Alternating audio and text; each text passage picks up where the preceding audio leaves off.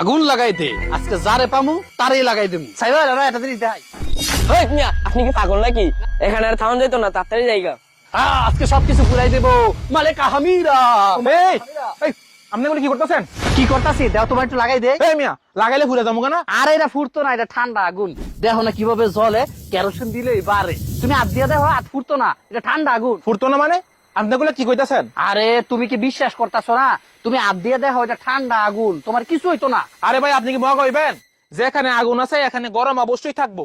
অবশ্যই, ঠিক তেমনি ভাবে যেখানে ঈমান থাকবে সেখানে উত্তম চরিত্র থাকবে। কি এর মধ্যে কি কইলেন? বুঝো নাই?